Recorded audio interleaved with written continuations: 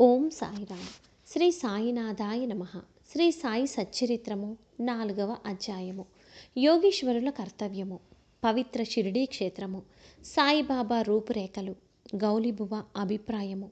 విఠలదేవుడు దర్శనమిచ్చుట. భగవంతరావు క్షీరసాగరుని కథ. ప్రయాగ క్షేత్రములో దాసగను స్నానము. బాబా అయోని సంభవుడు. షిరిడి మొట్టమొదట ప్రవేశించుట. 3 వసతి గృహములు. యోగీశ్వరుల కర్తవ్యము. భగవద్గీత చతుర్థాధ్యాయమున 7-8 శ్లోకములందు శ్రీకృష్ణ పరమాత్ముడు ఇట్లు సెలవిచ్చి ఉన్నారు. ధర్మము నశించునప్పుడు, అధర్మము వృద్ధి పొందునప్పుడు నేను అవతరించెదను. సన్మార్గులను రక్షించుటకు, దుర్మార్గులను శిక్షించుటకు, ధర్మ స్థాపన కొరకు యుగ యుగములందు అవతరించెదను. ఇదియే భగవంతుని కర్తవ్య కర్మ. భగవంతుని ప్రతినిధులకు యోగులు, సన్యాసులు అవసరం వచ్చినప్పుడల్లా అవతరించి ఆ కర్తవ్యమును నిర్వర్తించెదరు. ద్విజులగు బ్రాహ్మణ, క్షత్రియ, వైశ్య జాతుల వారు తమ కర్మలను మానునప్పుడు, శూద్రులపై జాతుల వారి హక్కులను అపహరించునప్పుడు, మత గురువులను గౌరవించక అవమానించునప్పుడు, ఎవరునూ మత బోధలను లక్ష్యపెట్టనప్పుడు, ప్రతి వాడును గొప్ప పండితుడనని అనుకొన్నప్పుడు, జనులు నిషిద్ధాహారము మద్యపానములకు అలవాటు పడినప్పుడు, మతము పేరుతో కాని పనులు చేయునప్పుడు, వేర్వేరు మతముల వారు తమలో తాము కలహించునప్పుడు, బ్రాహ్మణులు సంధ్యావందనం మానునప్పుడు, సనాతనులు తమ మతాచారములు పాటించినప్పుడు, ప్రజలు ధనాధార సంతానములే జీవిత పరమార్థముగా భావించి మోక్ష మార్గమును మరచునప్పుడు, యోగీశ్వరులు ఉద్భవించి వారి వాక్కాయ కర్మలచే ప్రజలను సవ్య మార్గమున పెట్టి వ్యవహారములను చక్కదిద్దుదురు. వారు దీపస్తంభముల వలె సహాయపడి మనం నడుపవలసిన సన్మార్గమును, సత్ప్రవర్తనమును నిర్దేశించెదరు.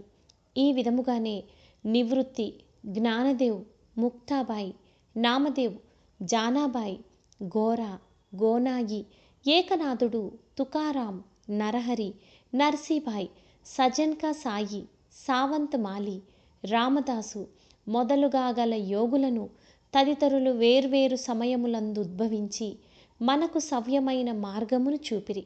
అట్లే సాయిబాబా కూడా సకాలమందు షిరిడి చేరిరి. పవిత్ర షిరిడి క్షేత్రము. అహ్మద్నగర్ జిల్లాలోని గోదావరి నదీ ప్రాంతములు చాలా పుణ్యతమములు. ఏలన అచ్చట అనేక యోగులు ఉద్భవించిరి, నివసించిరి. అట్టి వారిలో ముఖ్యులు శ్రీ జ్ఞానేశ్వర మహారాజ్. షిరిడి గ్రామము అహ్మద్నగర్ జిల్లాలోని కోపర్గాం తాలూకాకు చెందినది. కోపర్గాం వద్ద గోదావరి దాటి షిరిడీకి పోవలెను. నది దాటి 3 కోసులు పోయినచో నీమ్గాం వచ్చును.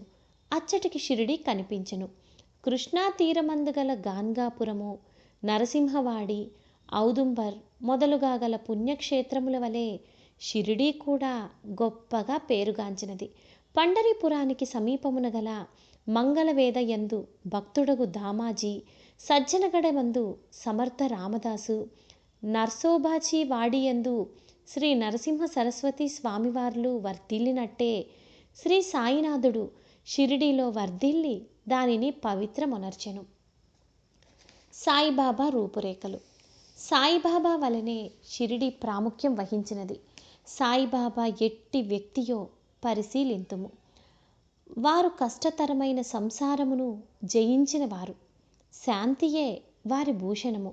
వారు జ్ఞానమూర్తులు. వైష్ణవ భక్తులకిల్లు వంటి వారు. ఉదార స్వభావులు. సారములోని సారాంశము వంటివారు. నశించు వస్తువులందు అభిమానము లేనివారు. ఎల్లప్పుడూ ఆత్మసాక్షాత్కారమందే మునిగి ఉండేడివారు. భూలోకమందు గాని స్వర్గలోకమందు గాని గల వస్తువుల యందు అభిమానము లేనివారు. వారి అంతరంగము అద్దము వలె స్వచ్ఛమైనది. వారి వాక్కుల నుండి అమృతము స్రవించుచుండెను. గొప్పవారు, బీదవారు వారికి సమానమే. వారు మానవామానాలను లెక్కించిన వారు కారు. అందరికీ వారు ప్రభువు. అందరితో కలిసిమెలిసి ఉండేడివారు. ఆటలు గావించేడివారు, పాటలను వినుచుండెడివారు. కానీ సమాధి స్థితి నుండి మరలువారు కారు. ఎల్లప్పుడూ అల్లా నామము ఉచ్చరించుచుండెడివారు. ప్రపంచమంతా మేలుకొన్నప్పుడు వారు యోగ నిద్రలో ఉండేవారు. లోకము నిద్రించినప్పుడు వారు మెలకువతో ఉండేవారు. వారి అంతరంగము లోతైన సముద్రము వలె ప్రశాంతము. వారి ఆశ్రమము, వారి చర్యలు ఇదమిత్తముగా నిశ్చయించుటకు వీలు కానివి. ఒకచోటనే కూర్చున్నప్పటికీ ప్రపంచమందు జరుగు సంగతులన్నీ వారికి తెలియను. వారి దర్బారు ఘనమైనది. నిత్యము వందల కొలది కథలు చెప్పునప్పటికీ మౌనం తప్పెడివారు కారు. ఎల్లప్పుడూ మసీదు గోడకు ఆనుకొని నిలుచునేవారు. లేదా ఉదయము, మధ్యాహ్నము, సాయంత్రము లెండి తోట వైపు కానీ చావడి వైపు కానీ పచార్లు చేయిస్తూ ఉండేవారు. ఎల్లప్పుడూ ఆత్మధ్యానము నందే మునిగి ఉండేవారు. సిద్ధపురుషుడైనప్పటికీ సాధకుని వలె నటించేవారు. అణకువ, నమ్రత కలిగి అహంకారము లేక అందరినీ ఆనందింపచేయువారు. అట్టివారు సాయిబాబా. షిరిడి నేల వారి పాద స్పర్శచే గొప్ప ప్రాముఖ్యం పొందినది. జ్ఞానేశ్వర మహారాజ్ ఆలందిని వృద్ధి చేసినట్టు, ఏకనాథుడు పైఠానును వృద్ధి చేసినట్టు శ్రీ సాయిబాబా షిరిడీని వృద్ధి చేసెను. షిరిడీలోని గడ్డిరాళ్ళు పుణ్యము చేసుకున్నవి. ఏలన బాబా పవిత్ర పాదములను ముద్దు పెట్టుకొని వారి పాదధూళి తలపైన వేసుకోగలిగినవి. షిరిడి మా వంటి భక్తులకు పండరీపురము, జగన్నాథము, ద్వారక, కాశీ, రామేశ్వరము, బదరి, కేదార్, నాసిక్, త్రయంబకేశ్వరము, ఉజ్జయిని, మహాబలేశ్వరము, గోకర్ణముల వంటిది. షిరిడి సాయిబాబా స్పర్శయే మాకు వేద పారాయణ తంత్రము. అది మాకు సంసార బంధముల సన్నగిల చేసి ఆత్మ సాక్షాత్కారమును సులభ సాధ్యము చేయును. శ్రీ సాయి దర్శనమే మాకు యోగ సాధనముగా ఉండెను. వారితో సంభాషణ మా పాపములను తొలగించుచుండెను. త్రివేణి ప్రయాగల స్నానఫలము వారి పాదసేవ వల్లనే కలుగుతూ ఉండేది. వారి పాదోదకము మా కోరికలను నశింపజేస్తూ ఉండేది. వారి ఆజ్ఞే మాకు వేద వాక్కుగా ఉండేది. వారి ఊది ప్రసాదము మమ్ము పావనము చేస్తూ ఉండేది. వారు మా పాలిట శ్రీకృష్ణుడుగా, శ్రీరాముడుగా ఉండి ఉపశమనము కలుగజేస్తూ ఉండిరి. వారు మాకు పరబ్రహ్మ స్వరూపమే. వారు ద్వంద్వాతీతులు. నిరుత్సాహము గాని ఉల్లాసము గాని ఎరుగరు. వారు ఎల్లప్పుడూ సచ్చిదానంద స్వరూపులుగా ఉండేవారు. షిరిడి వారి కేంద్రమైనను వారి లీలలు పంజాబ్, కలకత్తా, ఉత్తర హిందుస్థానము, గుజరాత్, దక్కన్, కన్నడ దేశములలో చూపుతుండిరి. ఇట్లు వారి కీర్తి దూర దేశాలకు వ్యాపించగా భక్తులు అన్ని దేశముల నుండి షిరిడి చేరి వారిని దర్శించి వారి ఆశీర్వాదమును పొందుతూ ఉండేవారు. వారి దర్శన మాత్రముననే భక్తుల మనములు వెంటనే శాంతి వహిస్తూ ఉండేవి. పండరీపురమందు విఠల్ రకుమాయిలను దర్శించినచో భక్తులకు కలిగేడి ఆనందము షిరిడీలో దొరుకుతుండేది. ఇది అతిశయోక్తి కాదు. ఈ విషయం గూర్చి భక్తుడొకరు చెప్పినది గమనింపుడు. గౌలిబువ అభిప్రాయము. 95 సంవత్సరముల వయస్సు గల గౌలిబువ అను వృద్ధ భక్తుడు ఒకరు పండరి యాత్ర ప్రతి సంవత్సరం చేస్తూ ఉండేవాడు. 8 మాసములు పండరీపురమందు, మిగతా 4 మాసములు ఆషాఢం మొదలు కార్తీకం వరకు, అంటే జూలై నుంచి నవంబర్ వరకు గంగానది ఒడ్డున ఉండేవారు. సామాను మోయుటకు ఒక గాడిదను, తోడుగా ఒక శిష్యుని తీసుకొని పోతూ ఉండేవారు. ప్రతి సంవత్సరము పండరి యాత్ర చేసుకొని షిరిడి సాయిబాబా దర్శనానికై వస్తూ ఉండేవారు. అతడు బాబాను మిగుల ప్రేమించువాడు. అతడు బాబా వైపు చూస్తూ ఇట్లన్నారు: వీరు పండరీనాథుని అవతారమే. అనాథుల కొరకు, బీదల కొరకు వెలసిన కారుణ్యమూర్తి. గౌలిబువ విఠోబా దేవుని ముసలి భక్తుడు. పండరి యాత్ర ఎన్నిసార్లు చేసెను. వీరు సాయిబాబా పండరీనాథుని అవతారమని నిర్ధారణ పరిచిరి. విఠలదేవుడు దర్శనమిచ్చుట. సాయిబాబాకు భగవన్నామ స్మరణయందు, సంకీర్తనయందు మిక్కిలి ప్రీతి. వారెప్పుడూ అల్లా మాలిక్ అంటే అల్లాయే యజమాని అని అంటూ ఉండేవారు. 7 రాత్రింబవళ్ళు భగవన్నామస్మరణ చేయిస్తూ ఉండేవారు. దీనినే నామ సప్తాహం అందురు. బాబా ఒకప్పుడు దాసగను మహారాజును నామ సప్తాహము చేయమనిరి. సప్తాహము ముగియునాడు విఠల్ దర్శనము కలుగునని వాగ్దానమిచ్చినచో నామ సప్తాహం సలిపెదనని దాసగను జవాబిచ్చెను. బాబా తన గుండెపై చేయి వేసి తప్పనిసరిగా దర్శనమిచ్చును, కానీ భక్తుడు భక్తి ప్రేమలతో ఉండవలెను. ఠాకూర్నాథ్ యొక్క ఠాకూర్ పట్టణము, విఠల్ యొక్క పండరీపురము, శ్రీకృష్ణుని ద్వారకా పట్టణము ఇక్కడనే అనగా షిరిడీలోనే ఉన్నవి. ఎవరునూ ద్వారకకు పోవలసిన అవసరం లేదు. విఠలుడు ఇక్కడనే ఉన్నాడు. భక్తుడు భక్తి ప్రేమలతో కీర్తించినప్పుడు విఠలుడిక్కడనే అవతరించును అన్నారు. సప్తాహము ముగియు పిమ్మట విఠలుడి క్రింది విధముగా దర్శనమిచ్చెను. స్నానాంతరము కాకాసాహెబ్ దీక్షిత్ ధ్యానములో మునిగి ఉన్నప్పుడు విఠలుడు వారికి కనిపించెను. కాకా మధ్యాహ్న హారతి కొరకు బాబా వద్దకు పోగా తేట తెల్లముగా కాకాను బాబా ఇట్లా అడిగెను, విఠల్ పాటిల్ వచ్చినాడా? నీవు వానిని చూసితివా? వాడు మిక్కిలి పారుబోతు. వానిని దృఢముగా పట్టుకొనుము. ఏ మాత్రము అజాగ్రత్తగా ఉన్నను తప్పించుకొని పారిపోవును. ఇది ఉదయం జరిగెను. మధ్యాహ్నము ఎవడో పటములు అమ్మువాడు 25, 30 విఠోబా చిత్రపటములను అమ్మకానికి తెచ్చెను. ఆ పటము సరిగ్గా కాకాసాహెబ్ ధ్యానములో చూసిన దృశ్యముతో పోలి ఉండెను. దీనిని చూసి బాబా మాటలు జ్ఞాపకానికి తెచ్చుకొని కాకాసాహెబ్ ఆశ్చర్యానందములలో మునిగెను. విఠోబా పటము ఒకటి కొని పూజామందిరములో ఉంచుకొనెను. భగవంతరావు క్షీరసాగరుని కథ. విఠల పూజయందు బాబాకెంత ప్రీతియో భగవంతరావు క్షీరసాగరుని కథలో విశదీకరింపబడినది. భగవంతరావు తండ్రి విఠోబా భక్తుడు. పండరీపురానికి నియమముగా యాత్ర చేస్తూ ఉండేవాడు. ఇంటి వద్ద కూడా విఠోబా ప్రతిమ నుంచి దానిని పూజిస్తూ ఉండేవాడు. అతడు మరణించిన పిమ్మట వారి కొడుకు పూజను, యాత్రను, శ్రాద్ధమును మానెను. భగవంతరావు షిరిడీ వచ్చినప్పుడు బాబా వాని తండ్రిని జ్ఞప్తికి తెచ్చుకొని, వీని తండ్రి నా స్నేహితుడు కాన వీనిని ఇచ్చటకు ఈడ్చుకొని వచ్చితిని. వీడు నైవేద్యము ఎన్నడూ పెట్టలేదు. కావున నన్నును విఠలుని కూడా ఆకలితో మార్చినాడు. అందుచేత వీనినిక్కడకు తెచ్చితిని. వీడు చేయునది తప్పు అని బోధించి చివాట్లు పెట్టి తిరిగి పూజ ప్రారంభించినట్టు చేసేదను అనిరి. ప్రయాగ క్షేత్రంలో దాసగను స్నానము. గంగా నది, యమునా నది కలియుచోటునకు ప్రయాగ అని పేరు. ఇందులో స్నానమాచరించిన ప్రతి వానికి గొప్ప పుణ్యము లభించునని హిందువుల నమ్మకము. అందుచేతనే వేల కొలది భక్తులు అప్పుడప్పుడు అచ్చటికి పోయి స్నానమాడుదురు. దాసగను కూడా ప్రయాగకు పోయి అచ్చట సంగమములో స్నానము చేయవలెనని మనస్సును తలిచెను. బాబా వద్దకేగి అనుమతించమనెను. అందుకు బాబా ఇట్లు జవాబిచ్చెను, అంత దూరం పోవలసిన అవసరమే లేదు. మన ప్రయాగ ఇచ్చటనే కలదు. నా మాటలు విశ్వసింపుము. ఇట్లనునంతలో ఆశ్చర్యములని అన్నింటికంటే ఆశ్చర్యకరమైన వింత జరిగినది.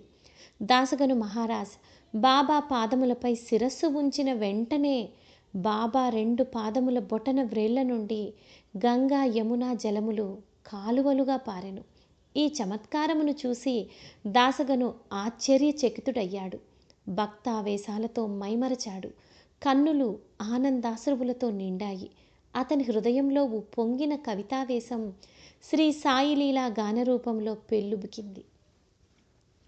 బాబా అయోని సంభవుడు. షిరిడి మొట్టమొదట ప్రవేశించుట. సాయిబాబా తల్లిదండ్రులను గూర్చి గాని, జన్మము గూర్చి గాని, జన్మస్థానమును గూర్చి గాని ఎవరికి ఏమీయూ తెలియదు. ఎందరో పెక్కుసార్లు ఈ విషయములు కనుగొనుటకు ప్రయత్నించిరి. పలుసార్లు ఈ విషయమును బాబాను ప్రశ్నించిరి, కానీ ఎట్టి సమాధానము గాని సమాచారము గాని పొందకుండిరి. నామదేవు, కబీరు సామాన్య మానవుల వలె జన్మించి ఉండలేదు. ముత్యపు చిప్పలలో చిన్న పాపల వలె లభించిరి. నామదేవుడు భీమారథి నదీ తటమున గోనాయికి కనిపించెను. కబీర్ భాగీరథి నదీ తటమున తమాలుకు కనిపించెను. అట్టిదే సాయి జన్మ వృత్తాంతము. భక్తుల కొరకు బాబా 16 బాలుడిగా షిరిడీలోని వేప చెట్టు కింద అవతరించెను. బాబా అప్పటికే బ్రహ్మజ్ఞానిగా కనిపించెను. బాబా స్వప్నావస్థ ఎందునైనను ప్రపంచ వస్తువులను కాంక్షించడి వారు కాదు. ఆయన మాయను తన్నెను. ముక్తి బాబా పాదములను సేవించుచుండెను. నానా చోప్దార్ తల్లి మిక్కిలి ముసలిది. ఆమె బాబాను ఇట్లు వర్ణించినది: ఈ చక్కని చురుకైన కుర్రవాడు వేప చెట్టు కింద ఆసనములో ఉండెను. శీతోష్ణములను లెక్కింపక అంతటి చిన్న కుర్రవాడు కఠిన తపమాచరించుట, సమాధిలో మునుగుట చూసి గ్రామస్తులు ఆశ్చర్యపడిరి. ఆ బాలుడు పగలు ఎవరితో కలిసెడివాడు కాదు, రాత్రి యందు ఎవరికీ భయపడువాడు కాడు. చూసిన వారికి ఆశ్చర్య నిమగ్నులై ఈ చిన్న కుర్రవాడెక్కడి నుండి వచ్చాడని అడుగసాగిరి. అతని రూపు, ముఖ లక్షణములు చాలా అందముగా ఉండెను. చూసిన వారెల్లరూ ఒక్కసారిగా ముగ్ధులగుచుండిరి. ఆయన ఎవరి ఇంటికి పోకుండెను. ఎల్లప్పుడూ వేప చెట్టు కిందనే కూర్చొనివాడు. పైకి చిన్న బాలుని వలె కనిపించినప్పటికీ చేతలను పట్టి చూడగా నిజముగా మహానుభావుడే. నిర్వామోహము రూపుదాల్చిన అతని గూర్చి ఎవరికి ఏమీ తెలియకుండెను. ఒకనాడు ఖండోబా దేవుడొకని ఆవేశించగా, నీ బాలుడు ఎవరై ఉండునని ప్రశ్నించిరి. వాని తల్లిదండ్రులెవరని, ఎచ్చటి నుండి వచ్చినాడని అడిగిరి. ఆ ఖండోబా గణము ఒక స్థలమును చూపి గడ్డపారను తీసుకొని వచ్చి అచ్చట త్రవ్వమనెను. అట్లు త్రవ్వగా అందులో కొన్ని ఇటుకలు, వాని ఎగువ వెడల్పు రాయి ఒకటి కనిపించెను. ఆ బండను తొలగించగా కింద ఒక సందు కనిపించెను. అచ్చట 4 దీపములు వెలుగుతూ ఉండెను.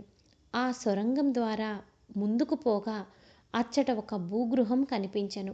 అందులో గోముఖ నిర్మాణములు, కర్రబల్లలు, జపమాలలు కనిపించెను. ఈ బాలుడచ్చట 12 సంవత్సరములు తపస్సునభ్యసించెనని ఖండోబా చెప్పెను. పిమ్మట కుర్రవాణ్ణి నీ విషయం ప్రశ్నించగా వారిని మరిపిస్తూ అది తన గురుస్థానమని, వారి సమాధి అచ్చట కలదు, కావున దానిని కాపాడవలెనని చెప్పెను. వెంటనే దానిని ఎప్పటి వలె మూసివేసిరి.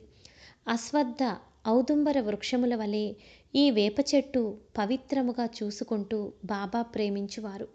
మహల్సాపతి తదితర షిరిడీలోని భక్తులు దీనిని బాబా యొక్క గురువుగారి సమాధి స్థానమని భావించి సాష్టాంగ నమస్కారములు చేసెదరు. 3 వసతి గృహములు. వేప చెట్టును, దాని చుట్టూ ఉన్న స్థలమును హరివినాయక సాటే అనువాడు కొని సాటేవాడాయను ఒక పెద్ద వసతి గృహమును కట్టించెను. అప్పట్లో షిరిడీకి పోయిన భక్త మండలికి ఇది ఒక్కటియే నివాస స్థలము.